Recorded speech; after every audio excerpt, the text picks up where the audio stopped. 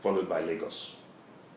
Followed by Lagos. How can you be earning so much and yet you are the largest debtor out of the 36 states in the Federation?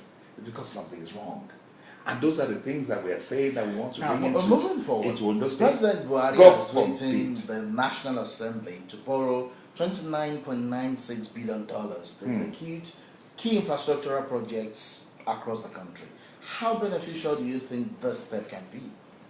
My brother, this government, I continue to say it, is clueless. We said it before they came into office. We said it whilst they were being inaugurated. Maybe the Nigerians would have a second thought. It's now approaching 18 months, and they are still clueless financially. When I heard the news that Mr. President was asking to go and borrow externally, when you say $29.6 billion, you've not put it in the true perspective. They are borrowing close to 1.8 trillion naira, borrowing for 1 year, which they want to spread over 2 years, as I heard it. Now, the question I ask is this. It is this same government that told us that in the first 1 year of them operating this new financial system, they've been able to generate 2.6 trillion naira from TSA. So why are they going to borrow $29.6 billion?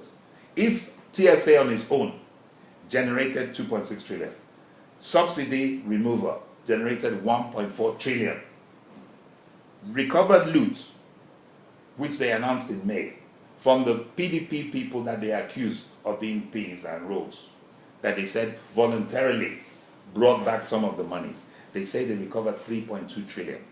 On customs, 1.1 trillion. On tax revenue, 2.6 trillion. Their figures, not ours. On crude oil receipts, 2.7 trillion. On stamp duty, 665 billion naira has been generated, giving a staggering figure of 13.2 trillion. If you have collected that since May 2015, what business do you have borrowing 1.9 trillion naira to do what? To do a budget, to run a budget that you gave us at the, a padded budget that you gave us at the beginning of the year. You must have thought about where the income was going to come from and where the expenditure was going to come from. We're now in October. That budget is probably 15% implemented. And that goes to show the efficiency of this government. But the bigger question is that if it is true, and it's not just mere propaganda, that this government has amassed a staggering 13.2 trillion, they've got enough money to run the budget. Their budget for 2016 was 6.4 trillion, which was 2 trillion more than any of the Goodluck Jonathan governments. And people were applauding it and saying, oh, it was an innovative budget. It's a budget that's, look, and nobody can feed today. Workers cannot be paid. So the question is, it's another lie that they're selling to us. And that lie has been exposed by this attempt to go and borrow money. Some people might tell me that it's for capital. You've collected 13.2 trillion. 13.2 trillion. Not million, not billion. They told us that they have collected 13.2 trillion as a result of their efforts. How can they now be borrowing less than 2 trillion naira to finance infrastructure and other developmental projects? Something is wrong.